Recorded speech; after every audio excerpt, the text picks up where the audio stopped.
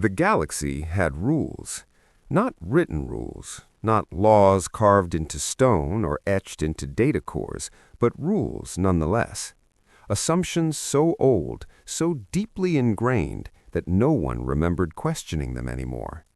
Stars burned, empires rose and fell, physics remained absolute, and every species, no matter how ambitious, had limits. The Council of Unified Intelligences existed to catalog those limits. They met once every standard cycle in the hollowed heart of a dead star, an artificial chamber suspended inside a stabilized gravitational shell. From the outside, it looked like a wound in space itself. From the inside, it was perfection. Endless tiers of light and shadow, floating platforms shaped to the physiology of each attending species, air compositions layered and separated so that no delegate needed to breathe what another did. This was where the galaxy decided what was possible. And on this cycle, they were here to decide what humans were worth. The chamber hummed with low-frequency resonance as delegates arrived. The insectile Crack's dominion clicked and folded themselves into crystalline seats. The luminous gas forms of the Veil Choir drifted into harmonic clusters, glowing softly as they communicated in shared resonance. The Threxian Combine, tall and rigid, their armored forms etched with symbols of conquest, stood rather than sat. They always stood. Sitting implied equality. At the center platform hovered the Council Core, a rotating lattice of light and gravity that recorded, calculated, and remembered everything said within the chamber. When the core pulsed once, silence followed. "The agenda begins," it intoned, voice layered with every known frequency of communication. "Item 1, Species Designation Review, Terran Coalition, Common Name, Humans." A ripple passed through the chamber. Some delegates leaned forward with mild curiosity. Others emitted amused chemical scents. A few barely bothered to pay attention at all. The Threxian High Strategist let out a low, metallic exhale. "Again?" he said. "We reviewed them only 12 cycles ago." "Their expansion rate has increased," replied the core. "Their technological variance exceeds projected curves." That earned laughter. Actual laughter. From the Crack's delegates, their mandibles clacking together in sharp, mocking rhythm. "Expansion," one of them clicked. "They spread because no one bothers to stop them." A Veil voice chimed in, musical and dismissive. "They inhabit death worlds. Their survival instincts are brute adaptations, not intelligence." Another voice joined, colder, sharper. "They are inefficient," said the Threxian strategist. "Emotion-driven, inconsistent. Their vessels rely on redundancies instead of elegance. Their soldiers bleed." A pause. "And they break," he finished. The Council Core processed the statements without reaction.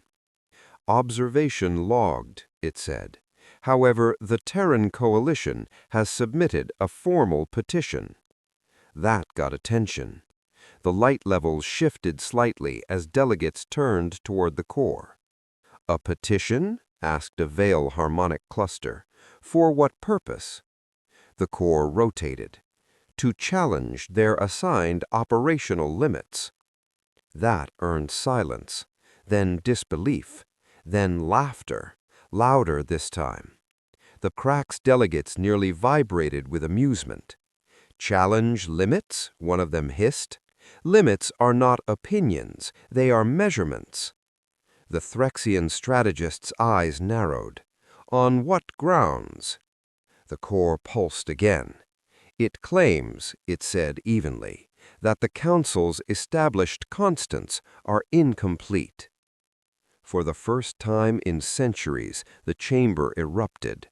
Not chaos, this was still the Council, but overlapping voices, harmonics, clicks, and pulses of incredulity. Incomplete? They barely understand hyperlane stability. They still debate philosophy as if it matters. They assign emotional weight to loss. The Threxian strategists raised one clawed hand, and the chamber quieted. "Let them speak," he said. "I wish to hear how a species that still fears the dark intends to correct the universe." The core hesitated for a fraction of a second. "Human representative is present. Shall I grant the floor?" "By all means," the strategist replied. "This should be educational." A new platform materialized near the center of the chamber. It was small, too small. The platforms of other species were grand, spanning dozens of meters, shaped to emphasize stature and presence. The human platform was barely larger than a shuttle deck, flat and unadorned. When the human appeared, the contrast sharpened. She was alone. No exoskeleton, no ceremonial armor, no visible weapons. Just a human woman in a simple dark uniform, hands clasped behind her back, feet planted firmly against artificial gravity. She looked small against the vastness of the chamber, fragile beneath the layered lights and watching eyes. A few delegates leaned back, satisfied. The Threxian strategist tilted his head. "That," he said softly, "is it." The human raised her gaze. Her eyes were steady. "Yes," she replied, "that's it." The council corps identified her. Representative designation, Dr. Mara Ellison, Terran Coalition Science Directorate. A scientist? The Crack's delegates clicked again. "You send a thinker to argue limits," one of them sneered. "How very human." Dr. Ellison did not react. She took one slow breath. Then she spoke. "We're not here to argue," she said. "We're here to demonstrate." That drew interest. "Demonstrate what?" asked a veiled voice. Dr. Ellison looked around the chamber. Not hurried, not intimidated. She met alien gazes one by one. "Perspective," she said. "You've measured us based on survivability, efficiency, and compliance with known constants. You've decided what we are capable of, based on what you believe cannot be exceeded." The Threxian strategist folded his arms. "Because limits exist," he said. "No species escapes them." Dr. Ellison nodded. "We agree," she said. "Limits do exist." A pause. "But they aren't always where you think they are." The Crack's ambassador leaned forward. "You are claiming superior perception?" "No," she said calmly. "I'm claiming different assumptions." The Corps' lattice shifted subtly. "Clarify," it requested. Dr. Ellison turned toward the Corps. "For millennia, the Council has defined reality as fixed, constants, thresholds, maximums. You teach your species to operate within them, optimize within them, and never question them." She paused. "Humans did not evolve that way." A ripple of annoyance spread through the chamber. The Threxian strategist let out a low chuckle. "Your species nearly wiped itself out before achieving faster-than-light travel. Forgive us if we question your evolutionary wisdom." Dr. Ellison met his gaze. "We nearly wiped ourselves out," she agreed, "and we learned something from that." "What?" he asked. She smiled faintly. "That survival doesn't come from obedience to reality." The laughter returned, sharper this time. "Reality is not optional," snapped a Crack's delegate. "No," Dr. Ellison said, "but interpretation is." The Council Corps interrupted. "Human representative," it said. "Your petition claims that humans can exceed established operational thresholds in 3 domains: energy manipulation, structural tolerance, and probabilistic outcome control. A murmur spread. That is correct, Dr. Ellison replied. The Threxian strategist straightened. Those thresholds are universal, he said. They define what matter can withstand, what energy can be contained, what chance can allow. Dr. Ellison nodded again. And you're right, she said, for species that accept them. The veil choir dimmed slightly, a sign of concern. You speak as though reality negotiates, one of them said.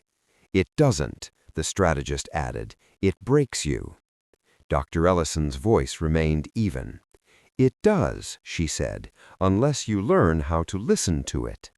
Silence fell. Not mockery this time, something else. The core processed rapidly.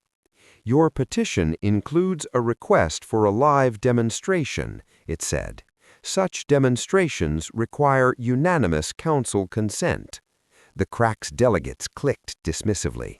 I vote yes, one of them said. Let us be entertained. Others followed, some amused, some curious, some irritated. The Threxian strategist hesitated only a moment. Yes, he said, I want this concluded. The veil choir chimed assent. The core pulsed once. Consent granted, it announced. Specify demonstration parameters. Dr. Ellison exhaled slowly. We request a controlled test, she said, one that uses your instruments, your measurements, your definitions. Name it, said the strategist. Dr. Ellison lifted her chin. Containment of a collapsing micro-singularity, she said, beyond council-rated maximum tolerance. The chamber froze. Even the Cracks fell silent. That is impossible, the strategist said flatly. The core confirmed. Maximum containment threshold exceeded by 47%. Probability of failure total. Dr. Ellison nodded. That's the point. The strategist stared at her. You will be destroyed along with this chamber. Dr. Ellison did not look away. Not if we're right, she said. And if you are wrong? She paused. Then, quietly, she said, then we were never worthy of your attention anyway. The council core calculated for a long moment. Then it spoke. Demonstration authorized, it said. Human responsibility acknowledged. A ripple passed through the chamber, not laughter this time, unease. The core continued. Singularity will be introduced in 3 phases. Human participation parameters. Dr. Ellison placed her hand against the small console that had appeared beside her. Full control, she said. No overrides. The Threxian strategist shook his head slowly. You gamble everything, he said. On what? Dr. Ellison looked up at the vast chamber, at the watching galaxy. On the thing you never measured, she said. And what is that? He asked. She smiled, not proudly, not arrogantly, honestly. What humans do, she said, when reality tells us no. The core began the countdown, and across the chamber, for the first time, the council did not laugh. The countdown echoed through the chamber like a slow heartbeat. Phase 1 initiation in 10, the core intoned. The dead star around them remained silent, its artificial shell holding back forces that would have crushed entire systems. The chamber lights dimmed, shifting into analytical hues, measurement colors, not ceremonial ones. This was no longer a debate hall. It was a testing ground. Dr. Mara Ellison stood motionless on her small platform, hands resting lightly at her sides. Around her, invisible sensors awakened, mapping every particle, every fluctuation of energy, every irrational human variable the council had learned, over time, to distrust.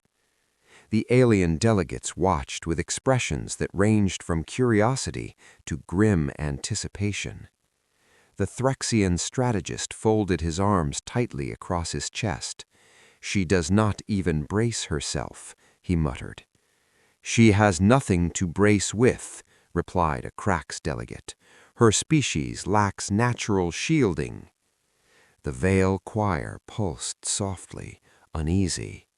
"Phase 1, the Corps announced. Singularity seed introduced." Space twisted. At the center of the chamber, far from any platform, a point of darkness bloomed. Not absence, but compression. Matter folded into itself, gravity spiking sharply, light bending like liquid glass around an invisible well. A micro-singularity. Even at this controlled size, it was lethal, unstable, hungry. Council-rated containment systems activated immediately. Gravitational anchors flared. Energy nets wove themselves around the growing distortion, lines of force intersecting in perfect symmetry. The Crax delegates clicked approvingly. "Textbook," one of them said. "Observe how cleanly the field holds." The Corps' voice layered statistics into the air. Singularity mass stable. Containment integrity at 98%, within acceptable parameters. Dr. Ellison did not react. She watched. "Phase 2, the Corps announced. Increasing mass beyond standard tolerance." The darkness deepened. The singularity grew denser, its gravitational pull tugging harder at the containment lattice. Energy nets brightened, compensating, adjusting angles and flow rates with flawless precision. Containment integrity dipped.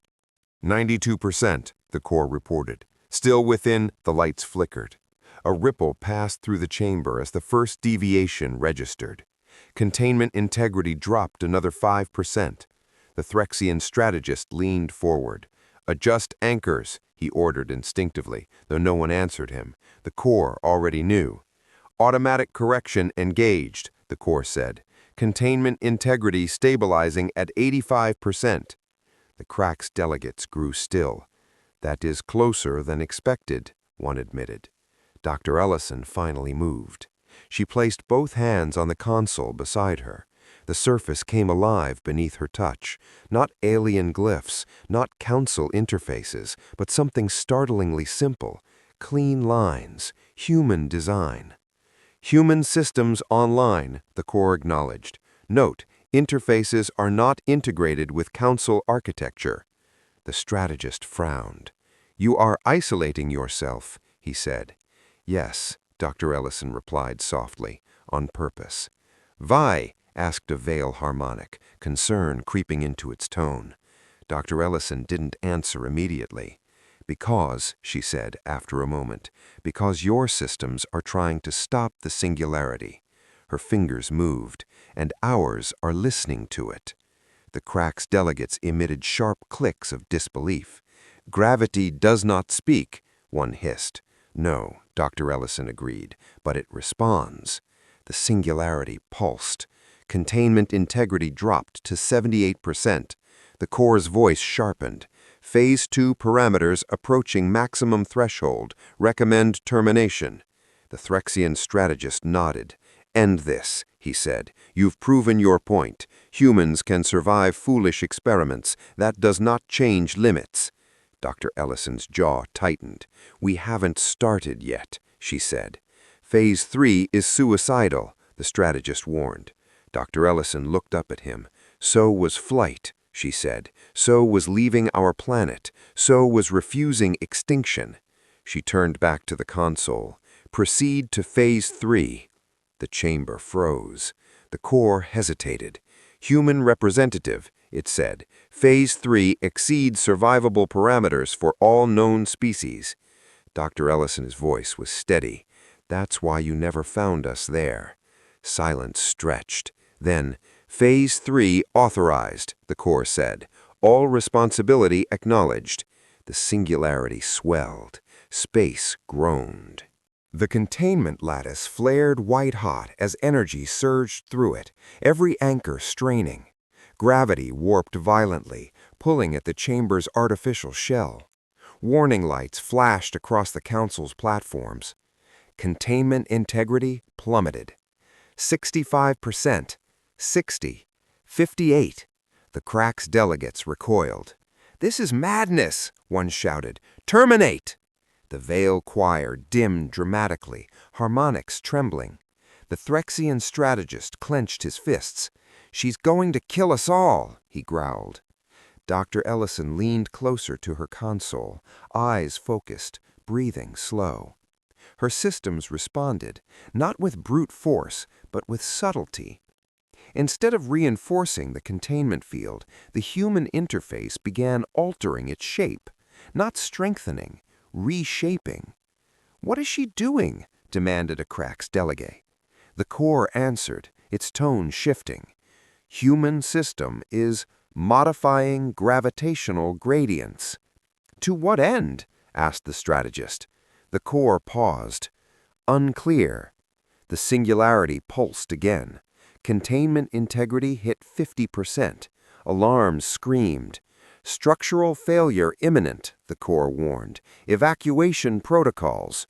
"No," Dr. Ellison said sharply. Her hands moved faster. She wasn't fighting the singularity, she was dancing with it. The containment lattice warped, no longer symmetrical. Energy lines bent, curved, flowed around the singularity instead of opposing it. Gravity was no longer being resisted, it was being guided. The singularity responded. Its chaotic pulses softened, drawn into a new equilibrium. The violent tug eased, not gone, but redirected.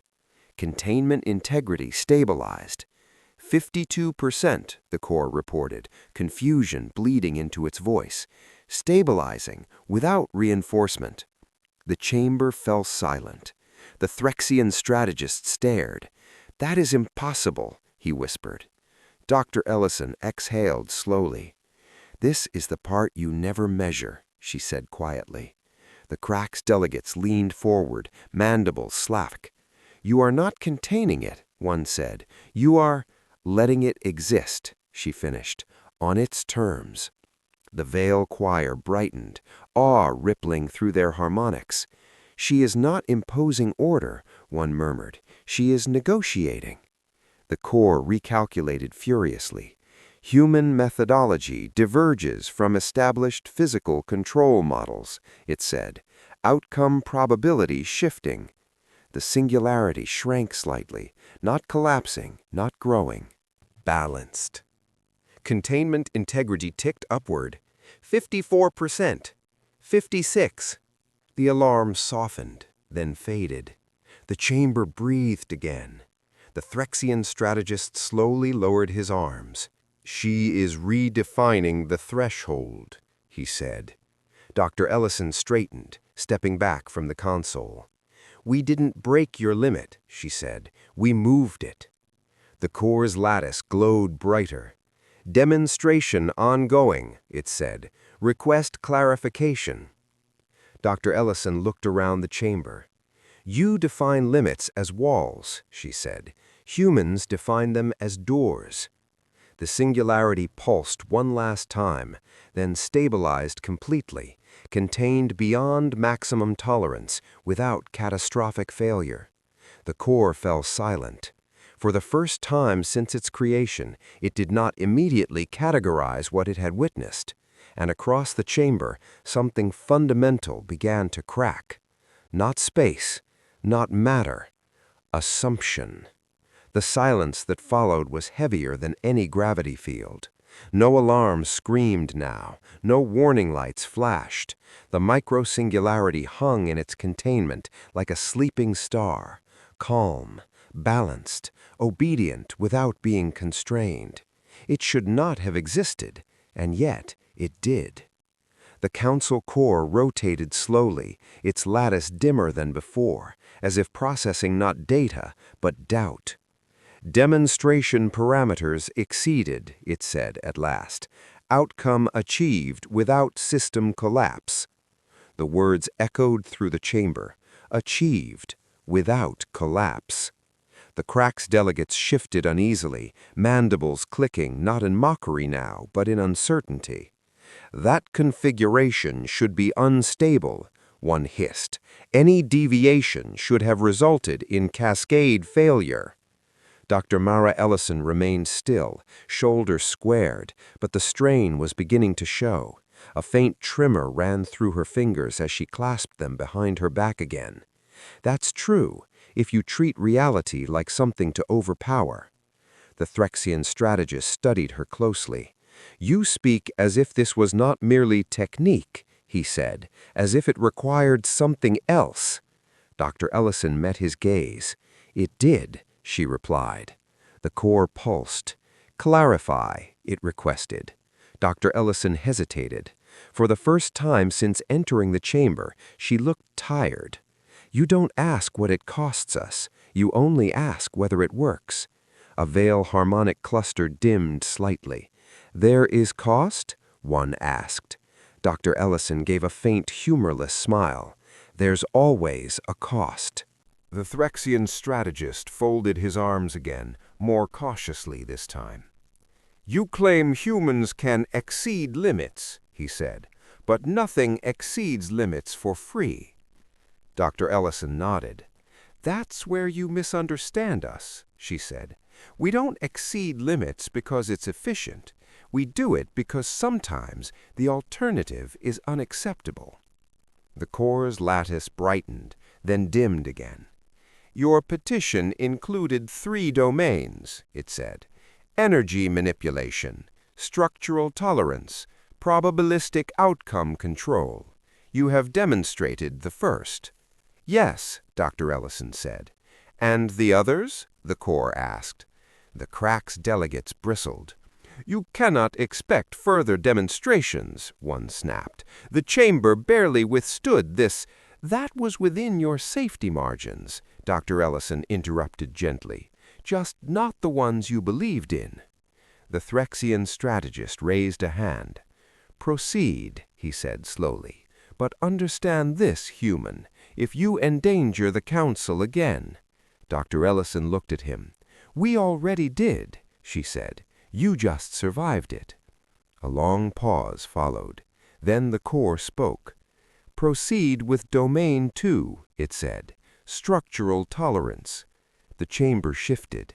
The micro-singularity was sealed away, its presence replaced by something far more familiar to the council. Matter. At the center of the chamber, a massive construct formed, an alloy column composed of layered materials, each calibrated to known breaking points. Pressure fields surrounded it, ready to apply force from every direction. This structure represents maximum survivable compression for complex matter, the core explained. Beyond this, atomic integrity fails. The Threxian strategist nodded. This is not theory, he said. We have lost worlds learning this lesson. Dr. Ellison stepped forward slightly. So did we. The Cracks delegates watched closely now, no longer amused.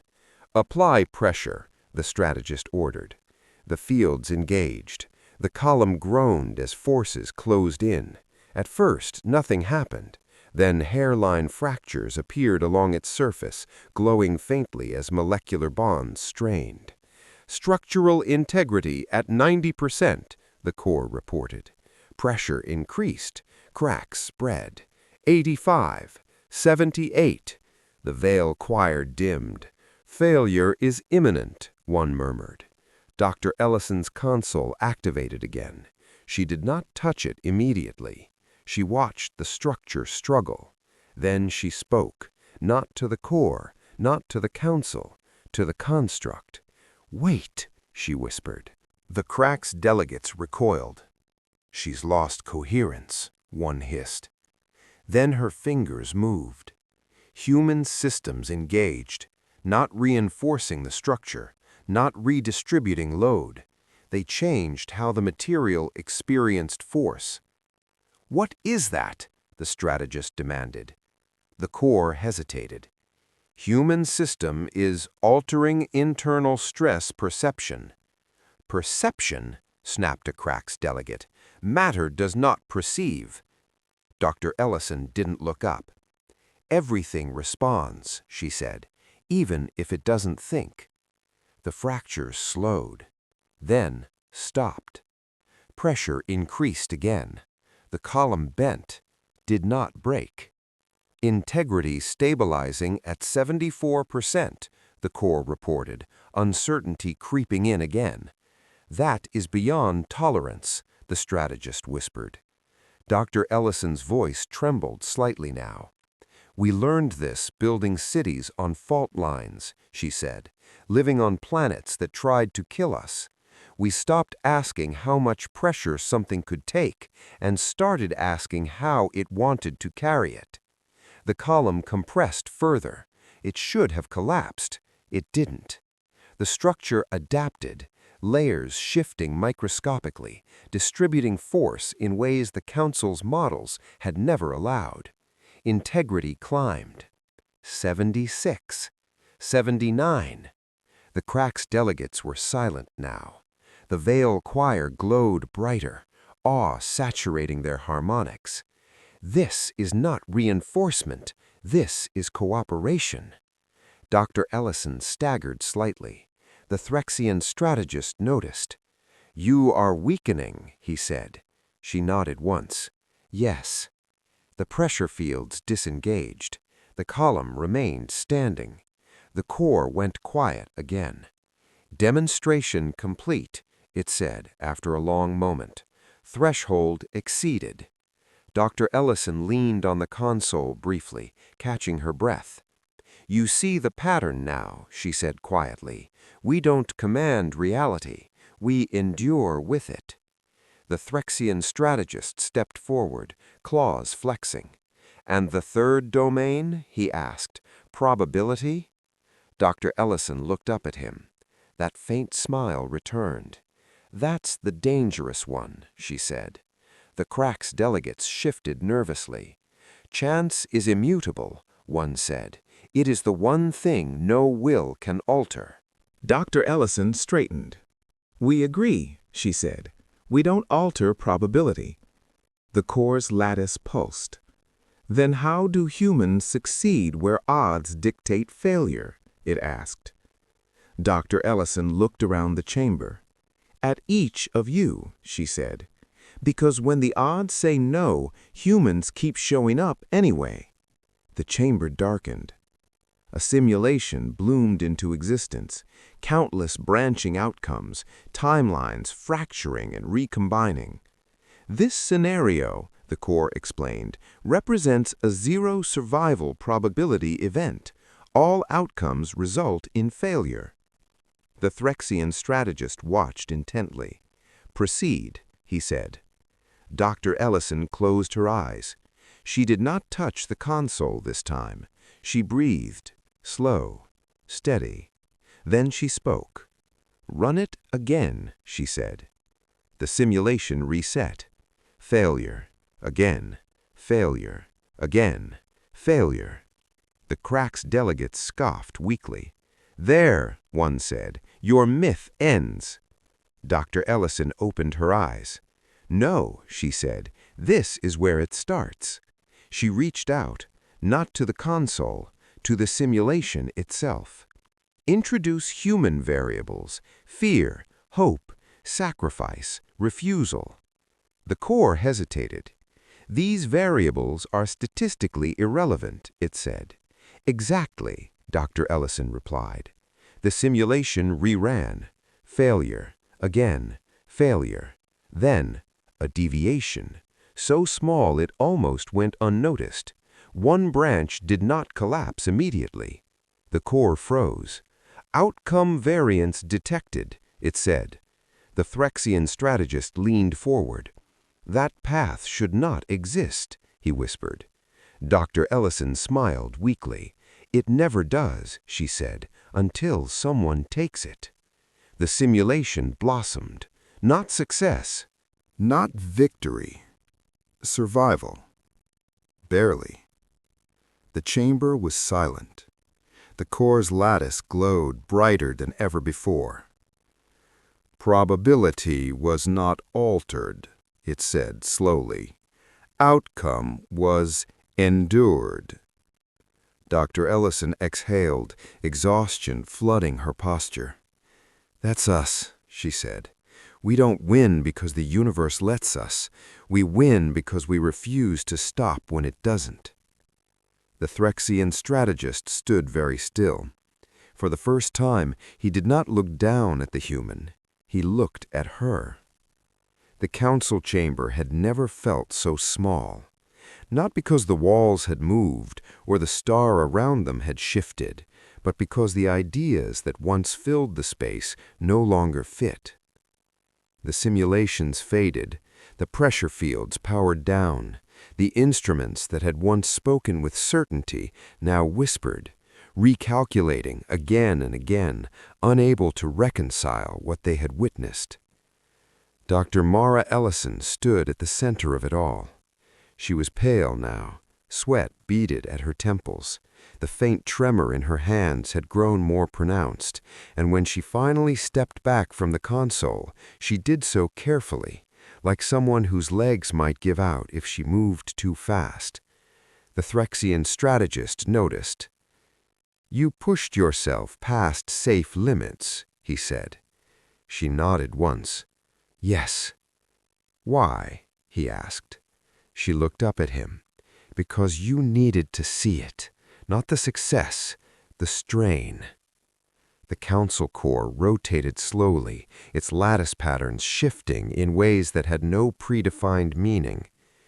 "Human representative," it said, "your demonstrations have exceeded expected outcomes. However, they have also revealed extreme physiological and cognitive stress." Dr. Ellison gave a faint, tired smile. "That's the part you keep skipping over," she said. "You measure results. You don't measure what it costs to get them." The Crack's delegates were silent now, their earlier bravado gone. "One human," a Crack's ambassador said carefully, "cannot represent an entire species." Dr. Ellison's smile widened, just slightly. "You're right," she said. "I can't." She tapped the console. The chamber darkened again, and suddenly she was no longer alone. The space around the central platform filled with projections, humans, thousands of them, then millions, not as numbers, as moments. A child in a flooded city holding a door shut while water poured in. A technician floating in vacuum, patching a hull breach with frozen hands. A medic refusing evacuation, dragging wounded strangers to safety. Scientists sleeping under desks, chasing a solution that might never come. Soldiers standing in impossible conditions, not because they were ordered to, but because someone had to. The council watched in stunned silence. "These are not exceptional cases," Dr. Ellison said softly. "They're background noise to us." The Vale choir glowed with an intensity that bordered on reverence. "You burn yourselves again and again." "Yes," Dr. Ellison replied, "and we teach our children how to do it better than we did." The Threxian strategist's voice was quiet now. "You are not optimized," he said. "No," she agreed. "We're persistent." The core processed the projections, its internal systems straining under variables it had never been designed to quantify. "Human resilience," it said slowly, "appears to derive from nonlinear motivation structures." Dr. Ellison chuckled weakly. "That's one way to say it." The strategist stepped closer to her platform.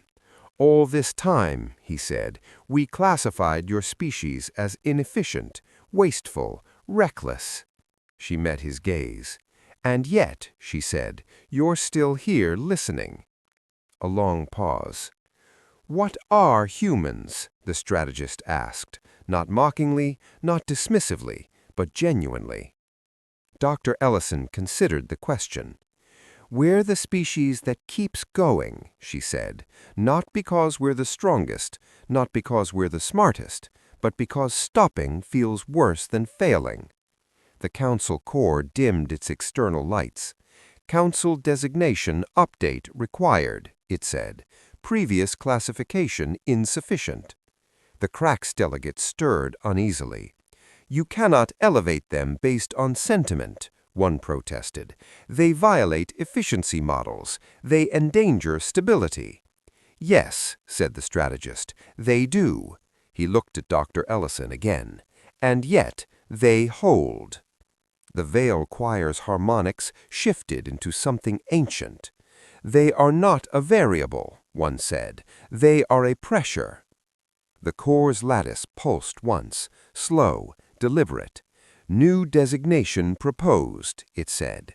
"Humans, species that do not adapt to reality, but compel it to respond."